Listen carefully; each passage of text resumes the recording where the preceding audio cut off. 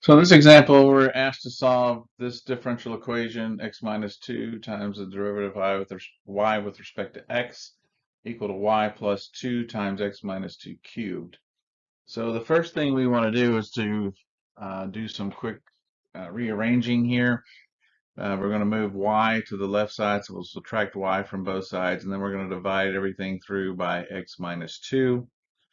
So by doing this, we rearrange our equation to look like this. Again, just move the y over, then divide it by x minus 2.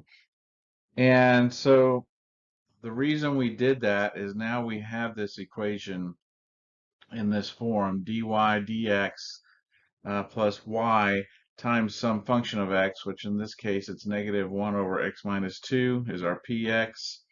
And this is equal to some function q of x, which is just 2 times x minus 2 squared.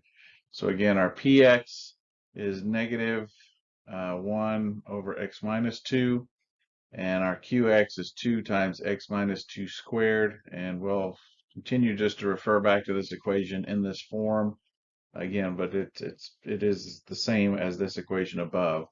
So when we do this, this is the form for a first order, first degree linear differential equation. So this is important because we do have a procedure for solving these types of equations, which is we incorporate this integrating factor e to the integral of the px function we talked about above, integrated with respect to x. So first thing we want to do is find this integrating factor e to the integral of px dx. And so we recall that our px, we said, was the argument uh, outside of y of this term here. So it's the negative 1 over x minus 2. So now we will integrate negative 1 over x minus 2 dx. When we do this pretty straightforward integral, we get a negative natural log of x minus 2. So now we can use that to determine what our integrating factor is. So we just take e to that result. When we do, we get e to the minus natural log x minus 2. Of course, the e and the natural log undo each other. And so because of the negative sign, it'll just be 1 over x minus 2, which will be our integrating factor. So now we can use this integrating factor to find the general solution, which is just a standard approach here. And what we do is we take the integrating factor times y and set that equal to our qx times our integrating factor integrated with respect to x plus some arbitrary constant c. And so this is just the standard solution for these types of equations.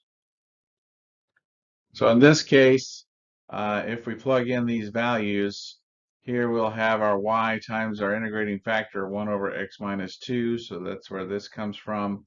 And then we're integrating our q of x, which just comes from the right-hand side of the equation here, times our integrating factor, which is basically dividing by x minus 2. And so when we can simplify this just to be 2 times the integral of x minus 2. And so when we do that, we come up with just x minus 2 squared plus c. But now we can get this in terms of y, or solve for y, now by just multiplying through by x minus 2. And when we do that, we see that we have y is equal to x minus 2 cubed. We had squared up here, but because we multiplied it times it again, it's x minus 2 cubed plus our arbitrary constant times x minus 2.